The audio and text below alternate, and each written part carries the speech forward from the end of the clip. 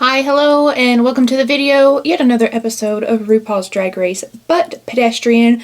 This week's category was Night of 1,000 Beyonces, so I'm going to be doing a look inspired by the queen herself, Queen Bee, Beyonce. Let's go ahead and get into it. I'm going to start by prepping my skin with the REFY face primer, because Beyonce always has a really nice, beautiful glow to her. And we'll get into my thoughts on the episode. So the overall theme of the episode was like 50-50. It was their take on the show 2020. So they are interviewing a lot of improv this week. Naturally, some excelled and some did not. So the main surprise to me was Mistress. The queens are grouped up and they have to interview 3 different people. Sasha and Marsha had to interview Charo, and Anitra, Lucy, and Malaysia interviewed Frankie Grande, and then Luxe, Mistress, and Selena interviewed Love Connie. And so they had 3 types of interviews: a sit-down interview, a cooking segment, and an on-the-spot live-action interview. It's kind of polarizing, like how can you judge the queens for their interactions with 3 different people? Where is the fairness in that? The results may have been the results no matter who they interviewed. Beyonce always has like the juiciest glowy skin, and I feel like she likes to let her own skin shine through. So to do that for me today, I'm taking my Chantecaille Future Skin Gel Foundation. I wear the shade Aura. The team that went first was Team Love Connie, which was Selena, Luxe, and Mistress. So Selena starts out, she says because she has a podcast, she feels most comfortable with doing the sit-down interview, and she is dressed like, you know, a professional business lady. And Love Connie is a very huge personality. Most of the things they say are in jest. No doubt about it, the producers told them to amp it up, right? So Selena kind of gets caught off guard because in the workroom, Rue tells them that they're trying to get like never before heard super personal details out of these guests. And Love Connie is just doing their thing, being who they are, and it kind of throws Selena off. She gets a lot of deer in the headlights moments. And then we move on to Luxe, and they're riding around in a golf cart on set, and Luxe really just embraces the crazy. She's still asking questions, but making it fun and going with it. So I really think Luxe had a great week this week. And Mistress was the one that got the cooking session, which I would think out of those 3, her personality would be the one to be able to handle it. But when they started making cupcakes and Love Connie started making some, you know, crude jokes about the chocolate cupcakes, Mistress just kind of was like laughing, and then once she laughed, she could not center herself and bring it back to the point that she was trying to make, and she wasn't asking a lot of questions. I really enjoyed her outfit. That red suit looks amazing on her. I had a hair on my face. Unfortunately, this is the first time that we have seen Mistress kind of just be a normal human being and not succeeding at a challenge. I'm going to take my Ulta Beauty Color Correcting Concealer in the shade Pink underneath my eyes. Next up was Sasha and Marsha interviewing Charo. Charo is well known for her crazy interviews and just out there personality, and she has a very thick accent that can be hard to understand. Sasha had the cooking segment with her, and Charo would go off and not really answer the questions the way Sasha wanted. She was like, okay, who needs these cue cards? And just threw them, which is the best way to handle that situation. You know, throw away any preconceived notions of how you felt the interview was going to go and just roll with it. Continue just asking random questions based on what the interviewee is giving you, right? It did throw her off a little bit, but she kind of managed to keep up with Charo. I'm going to take my Rare Beauty Brightener on some areas, like under the eye. in the middle of the forehead. It's not going to add a lot of coverage. I just want some brightness in these areas. Marsha clearly could not understand what Charo was saying. That resulted in, much like Selena, except for worse, a lot of deer in the headlights. Charo would say something, and Marsha would look at her and smile and nod, you know, like the penguins on Madagascar, like, you know, smile and wave. She was smiling and nodding because she didn't understand her. And instead of being, like, kind of sassy with her, like, girl, you're gonna have to slow down because blah, blah, blah, blah, she just is like, and then skipped over completely what she said, didn't acknowledge it at all, and would ask a totally unrelated question. LOL, yeah. By the way, how old are you really?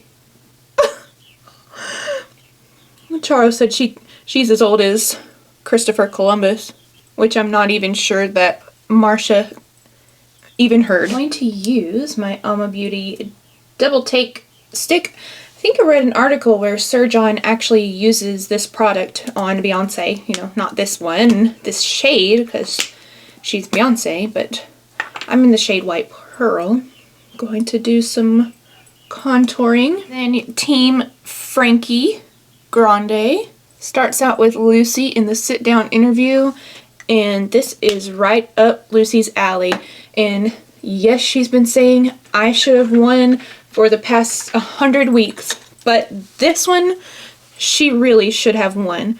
She interviewed so well, went with the punches, laughed with the jokes, got him talking. It was great. She looked great. She did great. She did exactly what the challenge was. Anitra is on set with Frankie, and they're just walking around by his trailer, you know, getting some steps in, doing some exercise. She asked him about exercise and what he likes to do, and it was fantastic. She did a really good job. I love seeing more of Anitra's personality each week, and she's becoming more and more of a favorite for me. Then you get to Malaysia, and Malaysia struggled. First off, she struggled with that wig. In Roscoe's interview, she said that she actually borrowed that wig from Lux, that it wasn't hers. She had the cooking segment with Frankie, and they made a salad. It was kind of a case of role reversal where he ended up interviewing her, asking her questions, and it's like, come on, Malaysia. He's giving you like the biggest hint that you're not performing like you should be. I really think he was trying to help her out, be like, hey, ask me questions. See how I'm asking you questions? You need to ask me questions.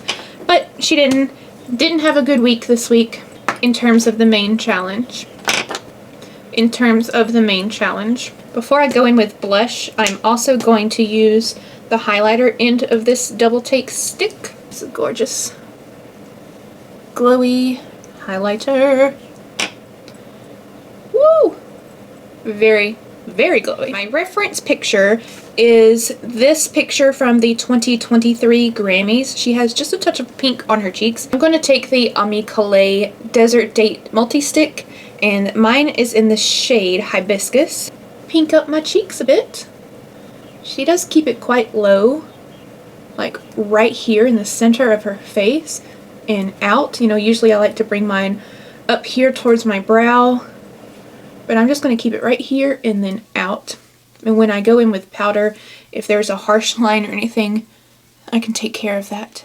Bay's got some like taupey browns and golds on her lid, so I'm going to use my original Patrick Ta palette. So in the night of 1,000 Beyoncés, Lux is first on the runway, and she walks down with a replica of Bob Mackey's homage to Tina Turner, two of Rue's favorites right then and there. So, I mean, of course, she looks incredible. Her body looks amazing. I mean, gorgeous, gorgeous, gorgeous.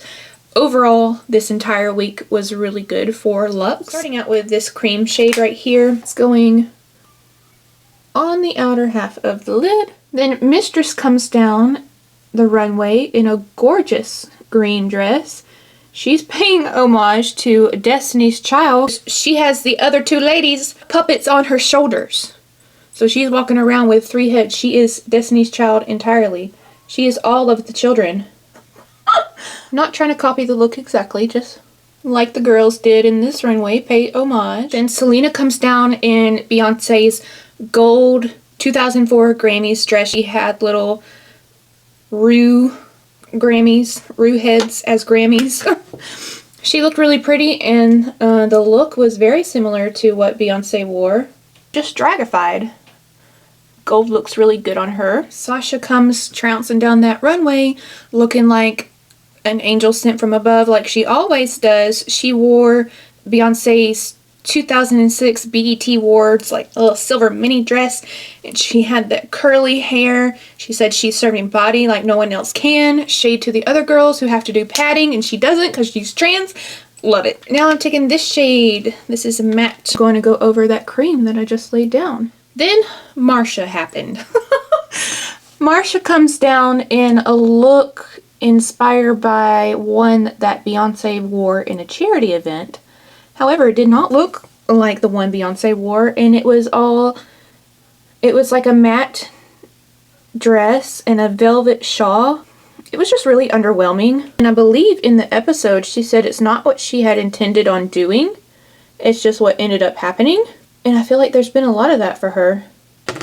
Maybe too much? We don't know. I'm going to take this shade right here. It does have some glitter in it, but it's a matte with glitter in it. It's fine because Beyonce has glitter all over her eyes. I'm going to buff out my edges with this one. Anitra did Beyonce's tour look. Her outfit was pretty much a replica, and she looked amazing in it, except for the shoes. Her black boots might have been a little bit of an oversight for her, but other than that, the blue really looked good against her skin. She rocked it. I really think so. And while Malaysia may have suffered in the challenge on the runway, she did fantastic. Her look was inspired by the 2018 Global Citizens Festival performance look. She looked amazing. I loved the hair. I loved seeing her legs. Her proportions were right. This is probably, in my opinion, the best Malaysia looked on the runway. It's just unfortunate that she had such a poor week in the challenge. Last and least, Lucy. Lucy, what are you doing to me, girl? Moving on to this here gold. Going to place that on the blank portion with a flat brush. She did Beyonce's iconic baby bump reveal from the 2011 VMAs, but it was not iconic on Lucy, unfortunately. She didn't even have a bump. She could have made it really funny and campy and had like a massive bump. This gold has a lot of pink in it, and I did not see pink in Beyonce's, so I'm going to have to adjust. I'm adjusting with Sparkler from Bodyography. It comes down to it that Marsha and Anitra are safe. They get to slay another day, if you will. Luxe had really good comments from Michelle, as she deserved. Luxe did amazing this week. But I thought that Lucy's interview was the most impressive. I'm going to take this gold underneath my brow as well. I think Beyonce had some under her brow, and I know she had some on the lower lash line. And of course, they loved Sasha, like we all do, but she did do a good job. I don't think that her challenge beat Lucy's, but her runway did. I think if anybody should have beat Lucy, it should have been Luxe, because Luxe not only did well in the challenge, but she also did well on the runway, whereas Sasha did okay in the challenge, but really well on the runway. And then you have Lucy, by comparison, who did, I mean, A+ in the challenge, but her runway was okay. So, to me, Luxe hit both the challenge and the runway top notches, whereas Sasha and Lucy both had one or the other that was great. Luxe probably should have won this one. Alas, they do hand the win to Sasha. I'm taking this more silver kind of gold. The picture I'm going off, Beyonce has a light catching silver gold right here and on her brow bone, and I just don't think I've captured it enough. So I have sprayed my brush, and I'm adding that right in here in the scoop. A lady after my own heart who loves to highlight the scoop. Luxe, Lucy, and Mistress end up being returned to the workroom, and that leaves Malaysia and Selena in the bottom two to lip sync for their life. Selena has been here. Selena is tired of being there. This is her, what, third lip sync? More of this taupey brown. And reintroducing it to the party because I got glitter happy. I recommend if you have this Patrick Tall palette and you want to use the shimmers in it, do it before you do your base, because they will be everywhere. I forgot to zoom you in for the eyes. I'm so sorry. But here is what they look like. Shimmery goodness. I'm taking the Ciate London Extraordinary Powder, and I'm going to set my under eyes with a puff. So Selena, Malaysia, lip sync to all the single ladies, all the single ladies. And I really think they both did well in the lip sync. I do feel like Selena felt like she had to fight for her absolute life because she's been in the bottom two so much. And she really did. She pulled out all the dance moves from the music video. In the end, it got her the win. So we had to say goodbye to Malaysia this week. She's been kind of lukewarm throughout the entire competition, so it didn't feel like something that was super shocking, like, oh my goodness, it was way too early for her to go home, you know, that kind of vibe. In my reference picture, it does not appear that she has any liner, upper lash line, waterline, or anything.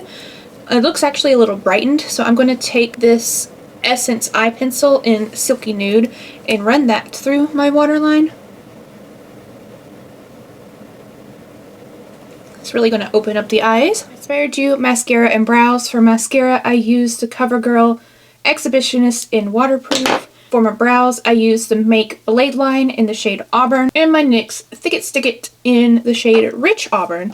So Bay has a like caramel colored lip. I am very anxious to see next week's episode because Lucy did not win, and I feel like it might push her to the edge this time, because she did fantastic in the challenge. And now that Malaysia is gone and Mistress doesn't have her to pick on, you know, they're friends in real life, no doubt she's coming after Lucy. More than she already has. Bay's lip is caramel, but it has a touch of pink to it. I'm going to line my lips with the Tower 28 one-liner in Work of Art. See where that gets me. Yep, that's pretty close. You can see she has drawn over her cupid's bow like that. Probably because, like me, she has a fuller bottom lip than top lip. Gotta even them out somehow. And it is hard to tell from my pictures that I googled, but I think her lip is clear with some shimmer. So I'm going to use the Exa All Smiles lip oil in the shade Dreamer. You can still see her own lip color through whatever she's wearing. That's pretty close. I'm just going to enhance this liner a little bit. I'm going to go over my complexion with this, the Makeup by Mario's Soft Sculpt Transforming Skin Perfector, long name, in the shade Light. Going to mostly focus on these two right here. Go around the perimeters of my face and right here above my brow, because that's where she has some color. It's really just setting that cream contour. And that is my finished Beyonce inspired look. Definitely glam, perfect for an evening out. This shadow would look so pretty in some dim candlelight. I want a little more blush. Her skin is so pretty, she doesn't even try with the blush. We all just want to be Beyonce at the end of the day. I appreciate you so much for watching. Don't forget to check me out over here on my other socials for different content. As always, be blessed and be kind, and we will see each other again very, very soon. Bye! Beyonce would never be caught dead wearing a headband with her hair still gross from the gym. But you know what? That's the pedestrianness of it all.